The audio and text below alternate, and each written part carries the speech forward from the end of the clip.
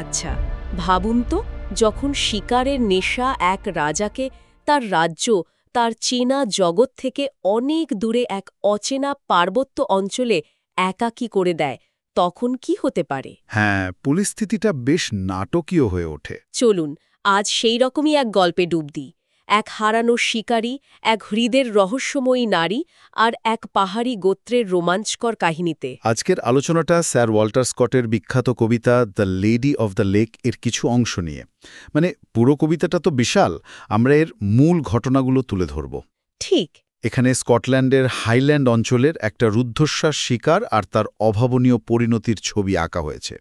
মানে কিভাবে প্রকৃতি, বীরত্ব, আতিথেয়তা, এমনকি প্রেম আর বিপদ সবকিছু মিলেমিশে একটা অসাধারণ গল্প তৈরি করে। আমাদের লক্ষ্য সেটাই। এই কবিতার যে নাটকীয় মুহূর্তগুলো আছে, চরিত্রদের মনের ভেতরের টানাপোড়েন, সেগুলো নিয়ে কথা বলা, যাতে শ্রোতারাও সেই সময়ের স্কটিশ হাইল্যান্ডের পরিবেশ, তাদের সংস্কৃতি, এগুলোর একটা আঁচ পেতে পারেন। তাহলে সেই শিকারের দৃশ্যটা দিয়েই শুরু করা যাক, যেখান থেকে গল্পের মোড় ঘুরতে শুরু করে। হ্যাঁ, একদম। শুরুটা হয় একটা জমজমাট হরিণ শিকার দিয়ে, মানে একেবারে রাজকীয় আয়োজন। পাথুরে পথে ঘোড়ার খুরের শব্দ, শিকারের শিঙার আওয়াজ চারদিক গমগম করছে। আর শিকারটা কে? এক বিশাল হরিণ, কবি বলছেন অ্যান্টলার্ড মনার্ক অফ দ্য ওয়েস্ট। সে বিশ্রাম নিচ্ছিল, এই শব্দে জেগে উঠে পালাচ্ছে। বাহ, বর্ণনাটা দারুণ। হ্যাঁ, কবি লিখছেন হরিণটা গা ঝাড়া দিয়ে শিশির ফেলছে, বিশাল শিং উঁচিয়ে আকাশ দেখছে, বিপদের গন্ধ পেয়েই ছুট লাগিয়েছে ইউয়ামওয়ারের দিকে। আর তার পিছনে? পিছনে বিরাট দল, শিকারী কুকুর, শখানে ঘোড়া, শিঙার শব্দ, ১০০ শিকারীর চিৎকার, পুরো উপত্যকা জুড়ে যেন ঝড় বয়ে যাচ্ছে। অন্যান্য বন্যপ্রাণী, তারা সব ভয় পালাচ্ছে। কিন্তু এই শিকার দীর্ঘস্থায়ী হয় না, তাই না? না, হরিণটা খুবই দ্রুত ইউয়ামওয়ার, লখ এক্রে পেরিয়ে ব্যানভেনিউ পাহাড়ের দিকে এমনভাবে চলে যায় যে শিকারীরা আর নাগাল পায় না। শিকার ব্যর্থ হয়। আর তখনই আমাদের মূল চরিত্রে প্রবেশ, সেই দলছুট শিকারী। ঠিক। গল্পটা তখন মোড় নেয় এই একাকী শিকারীর দিকে, যে দল থেকে বিচ্ছিন্ন হয়ে পড়েছে। আর তার ওপর তার সবচেয়ে প্রিয় ঘোড়াটা, তার গ্যালেন্ট গ্রে, সেও ক্লান্তিতে ভেঙে পড়ে মারা যায়। ও, খুব দুঃখজনক। হ্যাঁ, শিকারী তার ঘোড়ার জন্য খুব বিলাপ করে। সে আসলে ছদ্মবেশী রাজা পঞ্চম জেমস, যদিও আমরা সেটা পরে জানতে পারি। আপাতত সে নিজের পরিচয় দিচ্ছে knight of Snowdon, James Fitz James হিসেবে। সে তখন কোথায়? চারপাশের পরিবেশ কেমন?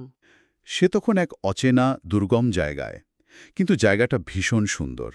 সূর্যাস্ত হচ্ছে, পাহাড়ের চূড়াগুলোয় শেষ আলো পড়ে যেন আগুন লেগেছে। সামনে লোক ক্যাটরিন হ্রদ। কবি বলছেন যেন গলানো সোনার পাত। ওয়াও! চারপাশে বুনো ফুল, গাছপালা, মানে প্রকৃতির এক অসাধারণ রূপ। কিন্তু এই সৌন্দর্যের মাঝেও শিকারী তো ক্লান্ত, ক্ষুধার্ত। আশ্রয়ের খোঁজ করছে সে। সাহায্য চাইছে কি? হ্যাঁ, সে আবার তার শিঙা বাজাচ্ছে, যদি কাছাকাছি কেউ থাকে, এই আশায়। আর তখনই সেই বিখ্যাত দৃশ্যটা আসে, তাই না? Lady of the lake. একদম। শিঙ্গার শব্দ শুনে একটা ছোট্ট ডিঙি নৌকা এগিয়ে আসে, আর সেটা বেয়ে আনছে এক তরুণী, এলেন ডগলাস, মানে the lady of the lake. কবিতাকে কিভাবে বর্ণনা করেছেন? খুব সুন্দরভাবে বলছেন, মেয়েটি এমনভাবে কান পেতে শুনছে যেন গ্রিক ভাস্কর্যের কোনো মূর্তি। রোদে পড়া তামাটে গাল, কিন্তু অসম্ভব রূপসী। আর তার চোখে যেন অনেক আবেগ, আনন্দ, দুঃখ, করুণা, ভালোবাসা, ঘৃণা, আবার মনে হয় কিছু একটা লুকোচ্ছেও সে। ইন্টারেস্টিং। সে কি একা ছিল? প্রথমে সে বাবা আর ম্যালকাম বলে ডেকে ওঠে, কিন্তু শিকারীকে দেখে চমকে যায়। অচেনা পুরুষ মানুষ। কিন্তু তারপরও সাহায্য করে। হ্যাঁ, এখানেই হাইল্যান্ড আতিথেয়তার ব্যাপারটা আসে। চমকে গেলেও এলেন পিছিয়ে যায় না, সে এগিয়ে আসে আর একটা অদ্ভুত কথা বলে। কি কথা? সে বলে, অ্যালেন বেন নামে তাদের এক বৃদ্ধ কবি আছেন, তিনি নাকি আগেই এই আগন্তুকের আসার কথা, এমনকি তার ঘোড়াটা যে মারা যাবে সেটাও ভবিষ্যৎবাণী করে রেখেছিলেন। সত্যি দারুণ তো। এই আতিথেয়তাটা কিন্তু খুব গুরুত্বপূর্ণ পয়েন্ট, তাই না?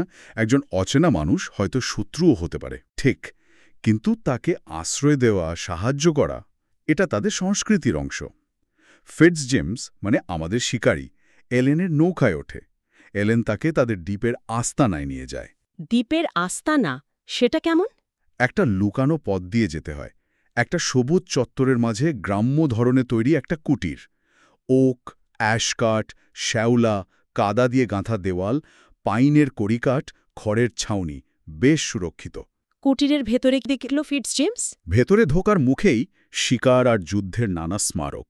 হরিণের শিং থেকে একটা তলোয়ার টাঙানো ছিল, সেটা হঠাৎ পড়ে গিয়ে শিকারীকে একটু ভয় পাইয়ে দেয়। ও, আর কি কি ছিল? ঢাল, শিঙা, কুঠার, বর্শা, তলোয়ার, ধনুক, তীর, এমনকি বুনো শুয়োরের দাঁত, নেকড়ে বা বনবিড়ালের চামড়া, এল্ক বা বাইসনের শিং, পতাকা, আরও অনেক পশুর চামড়া। মানে দেখলেই বোঝা যায় এটা যোদ্ধাদের বাসস্থান। সেখানে আর কে ছিল? সেখানে এলেনের মাসি ছিলেন, যিনি তাকে মায়ের মতো স্নেহ দিয়ে বড় করেছেন। তিনিও খুব আন্তরিকভাবে অতিথিকে স্বাগত জানান, নাম পরিচয় কিছুই জিজ্ঞাসা না করে। এটাই কি নিয়ম? হ্যাঁ, হাইল্যান্ড আতিথেয়তার এটাই রীতি। অতিথি বিপদে পড়ে আশ্রয় চাইলে আগে আশ্রয়, পরে পরিচয়। যদিও পরে ফিটজেমস নিজেই তার পরিচয় দেয়, নাইট অফ স্নর্ডন, জেমস ফিটজেমস। এলেনকে কিছু বলেছিল? অ্যালেন তখন অতিথিকে শান্ত করার জন্য, তার ক্লান্তি দূর করার জন্য বীণার সাথে একটা সুন্দর গান গায়, ঘুমপাড়ানি গান, সোলজার রেস্ট। গানের মধ্যে তার মৃত ঘোড়াটার কথাও আসে। কিন্তু ফিটজেমসের কি হুম আসে? না, ভালো করে ঘুমোতে পারে না। সে দুঃস্বপ্ন দেখে, হারানো ঘোড়া, হেরে যাওয়া যুদ্ধ, বন্ধুদের থেকে বিচ্ছিন্ন হয়ে পড়া, এইসব। তার মনে সন্দেহ জাগে। কিসের সন্দেহ? এই সুন্দরী মেয়েটা, এই অস্ত্রশস্ত্র ভরা কুটির, এই আতিথেয়তা, এর সাথে কি নির্বাসিত ডগলাস পরিবারের কোনো যোগ আছে? কারণ ডগলাসরা তখন রাজার কোপে পড়ে পালিয়ে বেড়াচ্ছে। হয়তো এরা তারাই। একটা রহস্য ঘনীভূত হচ্ছে। পরের দিন সকালে যখন ফিটজেমস বিদায় নিচ্ছে, তখন বৃদ্ধ কবি অ্যালান ব্যান তাকে একটা গান শোনান, একরকম সতর্কবার্তা। কিসের সতর্কবার্তা? এটা সে যেন এই দ্বীপের কথা, এখানকার অভিজ্ঞতার কথা ভুলে না যায়। আবার এও বলেন, যদি কখনো তার দুর্ভাগ্য হয়, তাহলে এই দ্বীপ তাকে আবার আশ্রয় দেবে। একটা মিশ্র অনুভূতি। হ্যাঁ, আর বিদায়বেলায় ফিটজেমস আর অ্যালেনের মধ্যে একটা দৃষ্টি বিনিময় হয়, একটা অব্যক্ত কিছু। কিন্তু অ্যালেন বেনের বিনাতে তখন কেমন যেন বিষাদের সুর। সে ডগলাস পরিবারের জন্য অশুভ কিছুর আশঙ্কা করছে। এখানে কি অন্য চরিত্রদের কথা আসে? Roderick do? ঠিক। এই ব্যক্তিগত কাহিনীর পটভূমিতেই এবার বৃহত্তর সংঘাতের ছায়া পড়ছে। আলোচনায় আসছে ক্ল্যান আলপাইনের পরাক্রমশালী প্রধান স্যার রডারিক ডুর নাম। তিনি তো ডাগলাসকে আশ্রয় দিয়েছেন, তাই না? হ্যাঁ, দিয়েছেন, কিন্তু তার একটা গোপন উদ্দেশ্য আছে। সে অ্যালেনকে বিয়ে করতে চায়। রডারিক যেমন শক্তিশালী, তেমনি কিন্তু বেশ উগ্র আর প্রতিহিংসাপরায়ণ। কবিতাকে বলছেন তার ক্ষমতা নাকি সিংহের কেশরের মতো। অ্যালেনের কি মত আছে এতে? না, অ্যালেন রডারিকের কাছে ঋণী ঠিকই, আশ্রয় পেয়েছে, কিন্তু তার প্রতি কোনো অনুরাগ নেই। তার মন পড়ে আছে অন্য একজনের দিকে। কে সে? ম্যালকম গ্রেম, সুদর্শন, সাহসী, দক্ষ শিকারী, আর সেও অ্যালেনকে ভালোবাসে। ডগলাসও তাকে পছন্দ করেন। তাহলে তো একটা ত্রিভুজ প্রেমের পরিস্থিতি। অনেকটা তাই। আর অ্যালেন ব্যানের ভয়টাই এখানে। এই যে নতুন অতিথি, নাইট অফ স্নোডাউন, সে কি আবার রডরিকের ঈর্ষার কারণ হয়ে দাঁড়াবে? অতীতে একবার বেল্টন উৎসবে অ্যালেনকে নিয়েই রডরিক আর ম্যালকমের মধ্যে ঝামেলা হয়েছিল। পরিস্থিতি বেশ জটিল। আর ঠিক এই ব্যক্তিগত টানাপোড়েনের মধ্যেই বেজে ওঠে যুদ্ধের বাজনা। পাইব্রোহ, হাইল্যান্ড যুদ্ধের বাঁশি। যুদ্ধের বাজনা কেন? দেখা যায় দূরে 4টে নৌকা দ্বীপের দিকে এগিয়ে আসছে, তাতে সশস্ত্র যোদ্ধারা, আর উড়ছে রডরিক ডুর পাইন গাছ আঁকা পতাকা। রডরিক তার ক্ল্যান সদস্যদের নিয়ে আসছে। তাদের বর্ণনা কেমন? তাদের পরনে ক্ল্যানের নিজস্ব টার্টান আর প্লেড, মাথায় পালক, হাতে চকচকে অস্ত্রশস্ত্র। পাইপারহা পাইব্রোক বাজাচ্ছে, সেই সুরেই যুদ্ধের নানা পর্যায়ে ফুটে উঠছে। এগিয়ে যাওয়া, আক্রমণ, লড়াই, পিছু হটা, জয়, এমনকি যুদ্ধের পরের বিলাপ পর্যন্ত। ক্ল্যান সদস্যরা কি করছে? তারা গান গেয়ে তাদের প্রধান রডেরিকের প্রশংসা করছে। রডেরিক ভিচ্ছে কালপাইন্দু হো ইয়েরে, মানে রডেরিক ডু আলপাইনের কালোবোজ দীর্ঘজীবী হোক। তারা গাইছে তাদের অতীতের বীরত্বের কথা। গ্লেন ফ্রুইন, ব্যানোকার, গ্লেন লাস, রসঢু, লোকলোমন জয়ের গল্প। অ্যালেনের কথাও কি আছে গানে? হ্যাঁ, গানে তারা অ্যালেনকে গোলাপকুড়ি বলছে, আর তাকে রডেরিকের বধূ হিসেবে পাওয়ার ইচ্ছাও প্রকাশ করছে। অ্যালেন তখন কোথায়? রডেরিকের মা লেডি মার্গারেট তাকে ডাকছেন রডেরিককে স্বাগত জানাতে। কিন্তু ঠিক সেই মুহূর্তে অ্যালেন মূল ভূখণ্ড থেকে তার বাবার সংকেত শুনতে পায়। সে দ্রুত নৌকায় উঠে বাবার সাথে দেখা করতে চলে যায়, রডেরিককে অবাক করে দিয়ে। তীরে তাহলে পুনর্মিলন হচ্ছে? হ্যাঁ, তীরে অ্যালেন তার বাবা ডাগলাস আর ম্যালকম গ্রেমের সাথে মিলিত হয়। ডাগলাস ম্যালকমকে খুব স্নেহ করেন। অ্যালেন বেনের চোখে জল। এইদিকে রডেরিকের দম্ভ, অন্যদিকে ডাগলাসের এই করুণ অবস্থা। কিন্তু এই শান্তি কি দীর্ঘস্থায়ী হয়? না, হঠাৎ একজন দূত এসে রডেরিককে একটা খারাপ খবর দেয়। কি খবর? খবরটা হলো রাজা জেমস শিকারের অজুহাতে পার্বত্য অঞ্চলে আসছেন, কিন্তু তার আসল উদ্দেশ্য হতে পারে গোত্র প্রধানদের দমন করা, যেমনটা তিনি সীমান্ত এলাকার প্রধানদের সাথে করেছেন। আর শোনা গেছে ডগলাসকেও নাকি গ্লেনফিনলাসে দেখা গেছে, মানে বিপদ খুব কাছে। সবাই নিশ্চয়ই খুব ভয় পেয়ে যায়। এলেন, লেডি মার্গারেট, ম্যালকম সবাই চিন্তিত, কিন্তু ডগলাস শান্ত। তিনি বুঝতে পারেন তার জন্যই হয়তো রডেরিক বিপদে পড়বে, তাই তিনি চলে যেতে চান। রডেরিককেও রাজার কাছে আত্মসমর্পণ করার পরামর্শ দেন। রডেরিককে রাজি হয়? না, একেবারেই না। সে ডগলাসকে সুরক্ষা দেওয়ার প্রস্তাব দেয়, আর পরিস্থিতি সামাল দিতে দুটো বংশকে এক করতে এবং ডগলাসের নিরাপত্তা নিশ্চিত করতে আবার এলেনকে বিয়ের প্রস্তাব দেয়। এলেনের তখন কি অবস্থা? এলেনের মনে প্রচণ্ড দ্বন্দ্ব। বাবার জন্য নিজেকে উৎসঙ্গ করবে কিনা ভাবছে। ম্যালকম তার এই অস্থিরতা বুঝতে পারে। ডগলাস কি করেন? ডগলাস মেয়ের এই আত্মত্যাগ চান না। তিনি রডেরিকের প্রস্তাব প্রত্যাখ্যান করেন। রডেরিকের প্রতিক্রিয়া কি হয়? রডেরিক ভীষণ ক্ষুব্ধ আর হতাশ হয়, কিন্তু সে ডগলাসের সিদ্ধান্ত মেনে নেয়। এমনকি ম্যালকম গ্রেম যখন রডেরিকের দেওয়া নিরাপদ পথের প্রস্তাব ফিরিয়ে দিয়ে গর্বের সাথে একাই সাঁতরে দ্বীপ ছাড়ে, রডেরিক তাকে বাধা দেয় না। পরিস্থিতিটা খুব টান। এরপর কি হয়? এরপর রডেরিক ডু তার ক্ল্যানকে যুদ্ধের জন্য প্রস্তুত করতে সেই প্রাচীন হাইল্যান্ড রীতিটা প্রয়োগ করে, অগ্নিময় ক্রুশ পাঠানো, ফায়ারি ক্রস। এটা ঠিক কি, একটু বুঝিয়ে বলুন। এটা হলো জরুরি যুদ্ধের ডাক। একটা ইউ কাঠ দিয়ে ছোট ক্রুশ বানানো হয়, তারপর একটা ছাগল বলি দিয়ে তার রক্তে ক্রুশটা ডোবানো হয় আর আগুনে খানিকটা পোড়ানো হয়। তারপর এই রক্তমাখা পোড়া ক্রুশটা ক্ল্যানের সবচেয়ে দ্রুতগামী দৌড়বিদের হাতে তুলে দেওয়া হয়, একটা নির্দিষ্ট জায়গায় সবাইকে জড়ো হতে বলার নির্দেশ দিয়ে। এই ক্রুশ যার কাছে পৌঁছাবে তাকে সব কাজ ফেলে তৎক্ষণাৎ অস্ত্র হাতে নিতে হবে। যদি কেউ না আসে? তার জন্য আছে ভয়ঙ্কর অভিশাপ। ব্রায়ান দি হার্মিট নামে এক রহস্যময় চরিত্র এই রীতিটা পরিচালনা করে। সে আকাশ, বাতাস, জল, মাটিকে সাক্ষী রেখে অভিশাপ দেয় যে এই ডাক উপেক্ষা করবে তার বংশ নির্বংশ হবে, তার ঘর পূর্বে ফসল নষ্ট হবে। বাবা, সাংঘাতিক তো। হ্যাঁ, ক্ল্যানের সবাই তখন চিৎকার করে ওঠে, বিশ্বাসঘাতকের সর্বনাশক। আর সেই অভিশাপ যেন পাহাড় থেকে প্রতিধ্বনিত হয়। এই ব্রায়ান দ্য হার্মিট কে? সেও এক অদ্ভুত চরিত্র, খালি পা, জট পাকানো চুল। লোকে বলে তার জন্ম নাকি অলৌকিকভাবে হয়েছে। সে সাধারণ মানুষের থেকে দূরে থাকে, কিন্তু ক্ল্যানের বিপদে বেরিয়ে আসে। তার মধ্যে পুরোহিতের চেয়ে ড্রুইড বা প্রাচীন কেল্টিক জাদুকরদের ছাপ বেশি। লোকে তাকে ভয় পায়। আচ্ছা, তো ক্রুশটা কার হাতে দেওয়া হলো? রডারিক ক্রুশটা তার বিশ্বস্ত অনুচর ম্যালিসের হাতে দেয়। নির্দেশ দেয়, তাড়াতাড়ি যাও মালিস, ল্যান্ড্রিক মিডে সবাইকে জড়ো করো। মালিসটি খুব দ্রুত দৌড়ায়। অবিশ্বাস্য দ্রুত। কবি বলছেন হরিণের চামড়ার জুতো পরে তার চেয়ে দ্রুত কেউ কোনোদিন দৌড়ায়নি। সে লোক ক্যাটরিন পেরিয়ে দৌড়াতে শুরু করে। আর এই ক্রুশের প্রভাব কেমন হয়? অমোঘ।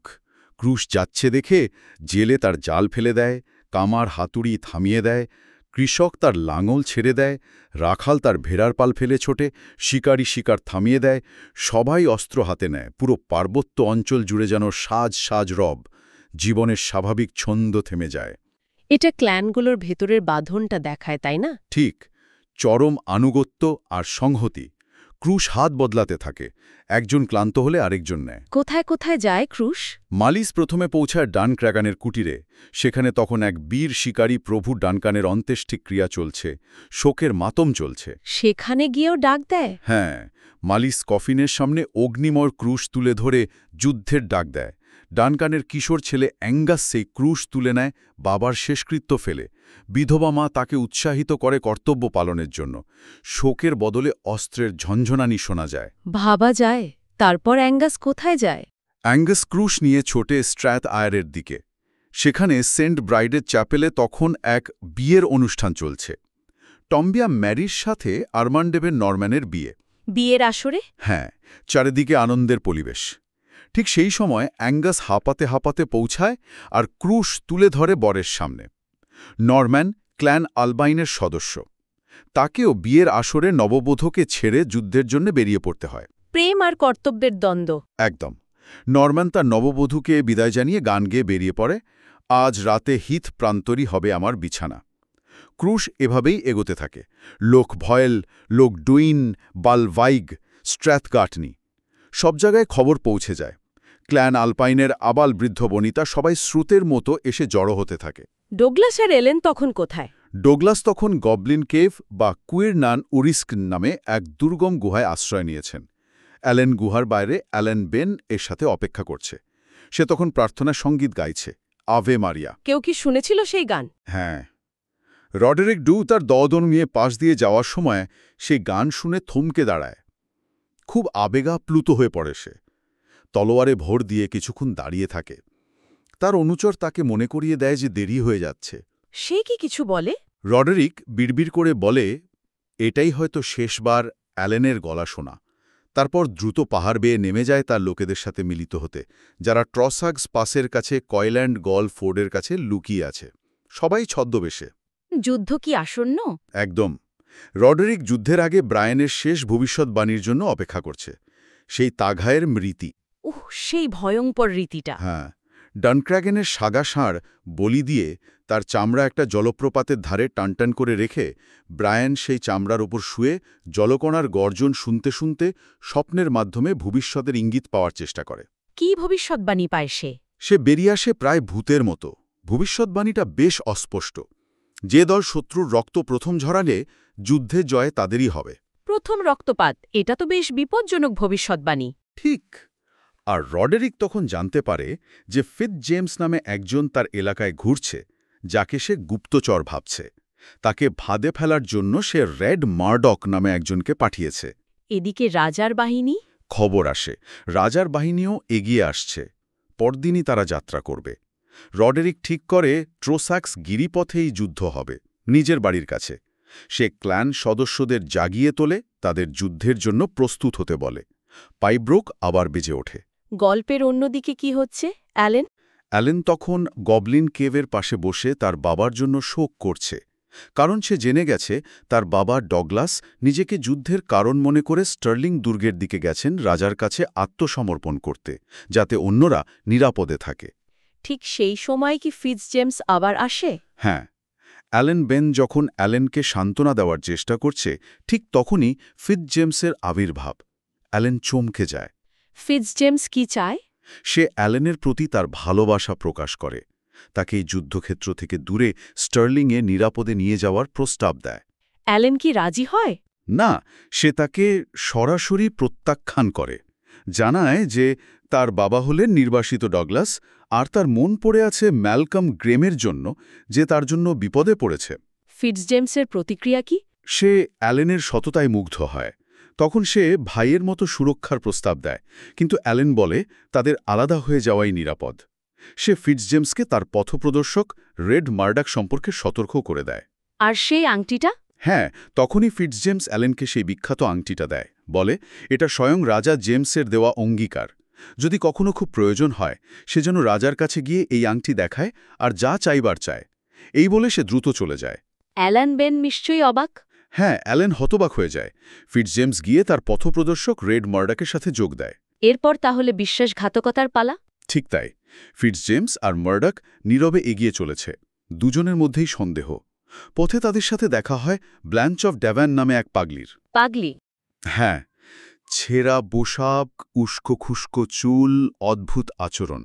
সে কখনো টাটান পরা হাইল্যান্ডার দেখে চিৎকার করছে, কখনো ফিটজজেমসের সবুজ পোশাক দেখে হাসছে, কাঁদছে, গান গাইছে। কিসের গান? তার গানে আছে ঘুমহীন রাতের কথা, ডেভান নদীর জন্য আকুলতা, আর রক্তে ভেসে যাওয়া এক বিয়ের সকালের স্মৃতি।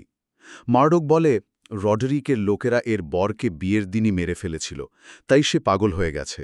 ব্ল্যাঞ্চ কি ফিটজজেমসকে কিছু বলে? সে ফিটজজেমসের কাছে দয়া চায়, কারণ সে লোল্যান্ডের মানুষ। তারপর সে আবার গান গায়, এবার একটা সতর্কতার গান। একটা হরিণকে, ফিটজেমস, শিকারীর ফাঁদ, মার্ডক, এড়িয়ে যাওয়ার কথা বলছে, যাকে কিনা একটা আহত হরিণী, ব্ল্যাঞ্চ, সাবধান করে দিচ্ছে। ফিটজেমস কি বুঝতে পারে? হ্যাঁ, এলেনের ইঙ্গিত, মার্ডকের আচরণ আর ব্ল্যাঞ্চের গান সব মিলিয়ে সে বুঝে ফেলে যে মার্ডক আসলে তাকে ফাঁদে ফেলার জন্য নিয়ে এসেছে। সে তলোয়ার বের করে মার্ডককে আক্রমণ করে। মার্ডক কি করে? মার্ডক পালিয়ে যাওয়ার চেষ্টা করে আর পিছন থেকে একটা তীর ছড়ে ফিটজেমসকে লক্ষ্য করে। কিন্তু কি? তীরটা ফিটজেমসের গায়ে না লেগে ব্ল্যাঞ্চের বুকে লাগে। হায় ঈশ্বর! ফিটজেমস তখন ক্ষিপ্ত হয়ে মার্ডককে তাড়া করে। মার্ডক তার ক্ল্যান সদস্যদের ডাকার আগেই ফিটজেমস তাকে ধরে ফেলে ও হত্যা করে। তারপর সে ব্ল্যাঞ্চের কাছে ফিরে আসে। হ্যাঁ, ব্ল্যাঞ্চ তখন মরমর। সে ফিটজেমসের হাতে তার নিজের এক গুচ্ছ চুল তুলে দেয়, যেটা তার রক্তে ভিজে গেছে। তার নিহত বরের চুলের সাথে বাঁধা ছিল সেটা, একটা স্মারক হিসাবে, আর অনুরোধ করে যায় রডারিক ডুর ওপর প্রতিশোধ নিতে। এই বলে সে মারা যায়। ফিটজেমসের অবস্থা তখন কি? সে ব্ল্যাঞ্চের জন্য দুঃখিত, কিন্তু প্রতিশোধের আগুনে জ্বলছে। সে ব্ল্যাঞ্চের চুলের গোছাটা মার্ডকের রক্তে ডুবিয়ে নেয় আর সেখান থেকে সাবধানে চলে যায়। সে বুঝতে পারে জায়গাটা খুব বিপজ্জনক।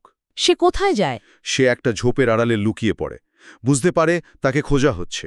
সন্ধ্যা পর্যন্ত অপেক্ষা করে। তারপর অন্ধকারে ঠান্ডার মধ্যে অচেনা পথ ধরে এগোতে থাকে। খিদে পেয়েছে, শীত করছে। কোনো আশ্রয় পায়? হঠাৎ সে একটা পাহারার আগুন দেখতে পায়। তার পাশে একজন হাইল্যান্ড যোদ্ধা বসে আছে। সে কি ধরা পড়ে? যোদ্ধাটি তাকে চ্যালেঞ্জ করে। ফিটজেমস নিজেকে পথ হারানো, আক্রান্ত একজন আগন্তুক হিসাবে পরিচয় দেয়। খাবার, আশ্রয় চায়। যোদ্ধাটি কি করে? সে জিজ্ঞাসা করে ফিটজেমস রডারিকের বন্ধু কিনা। ফিটজেমস নির্ভীকভাবে উত্তর দেয়, না, আমি তার শত্রু। তারপর? শত্রু জেনেও কি আশ্রয় দেয়? হ্যাঁ, এখানেই আবার সেই হাইল্যান্ড আতিথেয়তার চমক। যোদ্ধাটি একটু অবাক হয়, ভাবে হয়তো গুপ্তচর। কিন্তু ফিটজেমস যখন বলে সে নাইট এবং রডারিকের সাথে লড়তে চায়, তখন যোদ্ধাটি তাকে আশ্রয় দেয়। বলে অত্যাচারী শত্রুকে আশ্রয় দেওয়া তাদের ধর্ম। অবিশ্বাস্য। সে ফিটজেমসের সাথে খাবার, হরিণের মাংস ভাগ করে নেয়, আগুনের উষ্ণতা দেয়, নিজের প্লেট, চাদর গায়ে দেয়, অতিথির মতোই যত্ন নেয়। তারপর কি কথা হয়? যোদ্ধাটি বলে সে রডারিক ডুয়ের প্রতি অনুগত, কিন্তু সে ফিটজেমসকে কথা দিচ্ছে ভোর হলে ক্ল্যানের পাহারা এড়িয়ে কয়ল্যান্ড কলফোর্ট পর্যন্ত নিরাপদে পৌঁছে দেবে। ফিটজেমস রাজি হয়। হ্যাঁ, তারা পাশাপাশি ঘুমোয়। সকালে উঠে আবার যাত্রা শুরু করে। খুব দুর্গম খাড়া পথ ধরে তারা এগোয়। চারপাশের দৃশ্য খুব সুন্দর। পথে তাদের মধ্যে কি কথা হয়? ফিটজেমস জমির মালিকানা নিয়ে প্রশ্ন করে। যোদ্ধাটি বলে এসবই রডরিক ডুর জমি, তলোয়ার দিয়ে জয় করা। ফিটজেমস কেন এদিকে এসেছে জানতে চাইলে সে নানা কারণ দেখায়। পালানো বাজ পাখি, হারানো কুকুর, কোনো পার্বত্য মেয়ের চাহনি, বিপদের আকর্ষণ। রাজার সৈন্য আসার খবর নিয়ে কথা হয়। হ্যাঁ, যোদ্ধাটি জিজ্ঞাসা করে ফিটজেমস ক্ল্যান আলপাইনের বিরুদ্ধে যুদ্ধের প্রস্তুতির কথা শুনেছে কিনা। ফিটজেমস বলে সে রাজার শিকারের পাহারাদার ছাড়া বিশেষ কিছু জানে না। যোদ্ধাটির কি প্রতিক্রিয়া? সে যুদ্ধকে স্বাগত জানায়। তারপর জিজ্ঞাসা করে ফিটজেমস কেন নিজেকে রডরিকের মরণশত্রু বলছে। ফিটজেমসের উত্তর কি? সে বলে রডরিক একজন পলাতক, যে রিজেন্টের দরবারে এক নাইটকে পেছন থেকে ছুরি মেরেছিল, একটা কাপুরুষোচিত কাজ। যোদ্ধাটি কি রেগে যায়? ভীষণ। সে ক্রুদ্ধভাবে রডেরিকের পক্ষ নেয়, বলে ওটা কাপুরুষতা ছিল না, ছিল অপমানের যোগ্য জবাব, সে যেখানেই হোক না কেন। সে আরও বলে রডেরিক লোল্যান্ডে হানা দেয়, কারণ লোল্যান্ডের উর্বর জমি আসলে হাইল্যান্ডারদের কাছ থেকে চুরি করা, তারা শুধু তাদের প্রাপ্য ফিরিয়ে নেয়। ফিটজেমস কি বলে? ফিটজেমস বলে সে যুদ্ধক্ষেত্রে রডেরিক আর তার দলের মুখোমুখি হতে চায়। আর তখনই সেই মোড়টা আসে। ঠিক তখনই যোদ্ধাটি একটা তীক্ষ্ণ শীষ দেয়, আর সঙ্গে সঙ্গে চারপাশের ঝোপ, পাথর, ঘাসের আড়াল থেকে শয়ে শয়ে সশস্ত্র হাইল্যান্ড যোদ্ধা বেরিয়ে আসে, যেন মাটি ফুঁড়ে উঠল। কি সাংঘাতিক দৃশ্য! যোদ্ধাটি তখন গর্বের সাথে নিজের পরিচয় দেয়, স্যাক্সন, আমি রডেরিক ডু। ফিটজেমসের অবস্থা তখন কি? সে চমকে গেলেও ভয় পায় না। একটা পাথরে পিঠ দিয়ে তলোয়ারে হাত রাখে, প্রস্তুত। রডেরিক কি আক্রমণ করে? না, সে আবার সংকেত দেয়, আর তার লোকেরা যেভাবে এসেছিল সেভাবেই চোখের পলকে অদৃশ্য হয়ে যায়। রডেরিক বলে সে শুধু ফিটজেমসকে দেখাতে চেয়েছিল যে সে কতটা বিপদের মধ্যে আছে, যাকে সে অবজ্ঞা করছিল। সে তার দেওয়া নিরাপদ পথের প্রতিশ্রুতি ভঙ্গ করবে না। তারপর? তারা কৈলানগড় ফোর্টে পৌঁছায়। রডেরিক বলে তার কথা সে রেখেছে। এবার সে ফিটজেমসকে একক দ্বন্দ্বযুদ্ধের আহ্বান জানায়। মানুষের সাথে মানুষ, ইস্পাতের সাথে ইস্পাত। ফিটজেমস কি রাজি হয়? হ্যাঁ, তবে তার আগে সে রডেরিককে রাজার কাছে আত্মসমর্পণ করার শেষ সুযোগ দেয়। ব্ল্যাঞ্চের মৃত্যু আর মাডকের বিশ্বাসঘাতকতার কথাও বলে। রডেরিকের কি প্রতিক্রিয়া? সে আরও রেগে যায়। নিজের ক্ল্যান সদস্যের মৃত্যুর কথা শুনে সে ফিটজেমসকে অহংকারী কার্পেট নাইট বলে অভিযুক্ত করে। দ্বন্দ্বযুদ্ধটা কেমন ছিল? প্রচণ্ড লড়াই।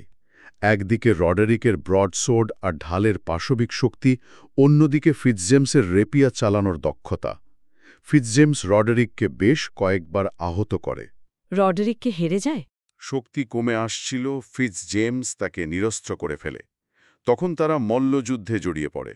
রডেরিক একবার ফিটজেমসকে নিচে ফেলেও দিয়েছিল, ছোড়া তোলার চেষ্টা করেছিল। কিন্তু অতিরিক্ত রক্তক্ষরণের জন্য সে দুর্বল হয়ে পড়ে। আঘাতটা লক্ষ্যভ্রষ্ট হয়। ফিটজেমস ছাড়া পায়। রডেরিক পরাজিত হয়। ফিটজেমস কি তাকে মেরে ফেলে? না, সে বরং মৃতপ্রায় রডেরিকের যত্ন নেয়। ব্ল্যাঞ্চের সেই চুলের গোছাটা রডেরিকের রক্তে ডুবিয়ে বলে, বেচারি ব্ল্যাঞ্চ, তোমার অপমানের মূল্য দেওয়া হলো। তারপর শিঙ্গা বাজিয়ে নিজের লোকেদের ডাকে। তারা রডেরিককে বন্দি করে? হ্যাঁ, আহত রডেরিককে ঘোড়ায় তুলে তারা দ্রুত স্টার্লিংয়ের দিকে যাত্রা করে। স্টার্লিংয়ের কাছে এসে তারা কি দেখে? ফিটজেমস দেখতে পায় ডগলাস দুর্গের দিকে এগিয়ে যাচ্ছেন। সে ভাবে দুর্গের বাইরের খেলায় ডগলাসকে চ্যালেঞ্জ করবে। স্টার্লিংয়ে তখন কি হচ্ছে? রাজা জেমস আর সভাসদরা দুর্গ থেকে নেমে এসেছেন ক্যাসেল পার্কের খেলা দেখতে। মরিস নাচ, রবিনহুড সেজে তীরন্দাজি প্রতিযোগিতা চলছে। ডগলাস কি খেলায় যোগ দেন? হ্যাঁ, অপরিচিত ডগলাস তীরন্দাজির পুরস্কার জিতে নেন। তার শক্তি দেখে সবাই অবাক হয়, কিন্তু সভাসদরা তাকে পাত্তা দেয় না, কারণ সে নির্বাসিত। তারপর? রাজার এক সহিস ডগলাসকে অপমান করলে ডগলাস এক ঘুষিতে তাকে অজ্ঞান করে দেয়। হইচই শুরু হয়। রাজকীয় প্রহরীরা এগিয়ে আসে। ডগলাস তখন গর্জন করে ওঠেন, ডগলাস থেকে সাবধান, এবং রাজার কাছে আত্মসমর্পণ করেন।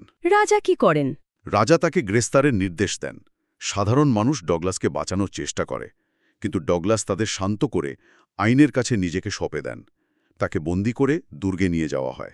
এরপর রাজা কি সিদ্ধান্ত নেন? রাজা খুব আবেগপ্রবণ হয়ে পড়েন। তিনি ডগলাসের সাথে একান্তে কথা বলেন।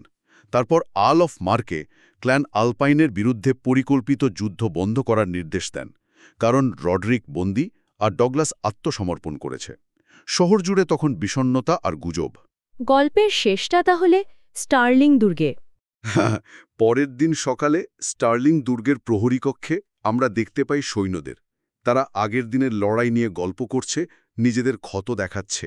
সেখানেই কি অ্যালেন আর অ্যালেন বেন আসে? ঠিক, তাদের বন্দী করে আনা হয়েছে।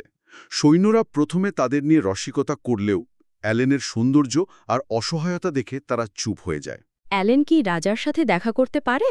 হ্যাঁ, সে প্রহরীর কমান্ডারকে ফিটজেমসের দেয়া সেই আংটিটা দেখায়। কমান্ডার রাজকীয় অঙ্গীকার চিনে অ্যালেনকে সম্মানের সাথে রাজার কাছে নিয়ে যাওয়ার ব্যবস্থা করে। অ্যালেন বেন কোথায় যায়? সে ডগলেসকে দেখার অনুমতি চায়, কিন্তু তাকে নিয়ে যাওয়া হয় রডেরিক ডুর কাছে। রডেরিকের অবস্থা কেমন? সে তখন মৃত্যুসজ্জায়। জ্বরের ঘোরে যুদ্ধের খবর জানতে চায়।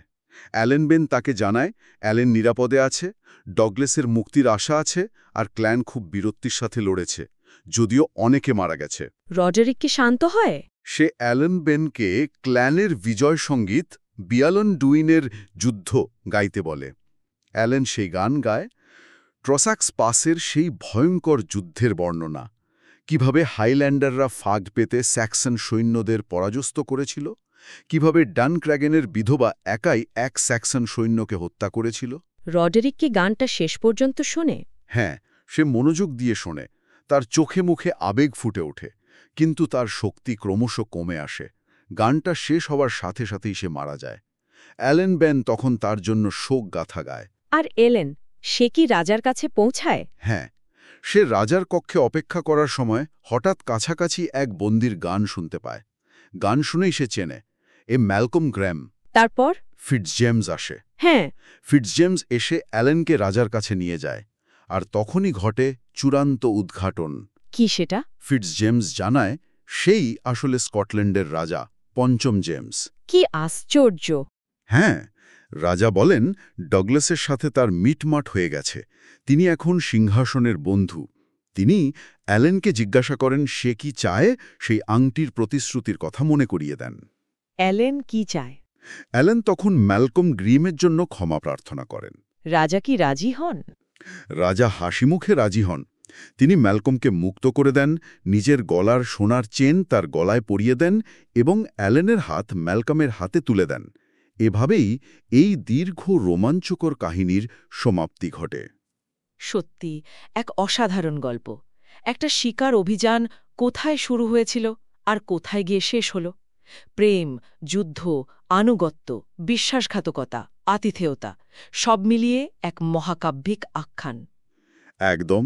আর স্কটিশ হাইল্যান্ডের রুক্ষ প্রকৃতি, সেখানকার মানুষের জীবন, তাদের ঐতিহ্য, বিশেষ করে ক্ল্যানগুলোর ভেতরের বাঁধন আর আতিথেয়তার যে ছবিটা পাই, সেটা অনবদ্য। রডরিক ডুয়ের মতো জটিল চরিত্রগুলোও মনে রাখার মতো। এই গল্পটা শোনার পর একটা প্রশ্ন মনে আসে, এই যে চরম পরিস্থিতিতে দেখানো আনুগত্য বা আতিথেয়তা, এগুলো কি আমাদের সাধারণ রোজমারা জীবনেও একই রকম অর্থ বহন করে, নাকি বিপদই এই মূল্যবোধগুলোকে অন্য মাত্রায় নিয়ে যায়? এটা সত্যি ভাবার মতো বিষয়। হয়তো চরম পরিস্থিতি মানুষের ভেতরের আসল রূপটা বের করে আনে, ভালো বা মন্দ দুটোই। আবার দেখুন, ফিটজেমসের দেওয়া ওই সামান্য আংটিটা, ওটাই কিন্তু শেষ পর্যন্ত কতগুলো মানুষের ভাগ্য বদলে দিল। ঠিক, একটা ছোট্ট বস্তু কত বড় ভূমিকা নিতে পারে। দারুণ একটা আলোচনা হলো আজ।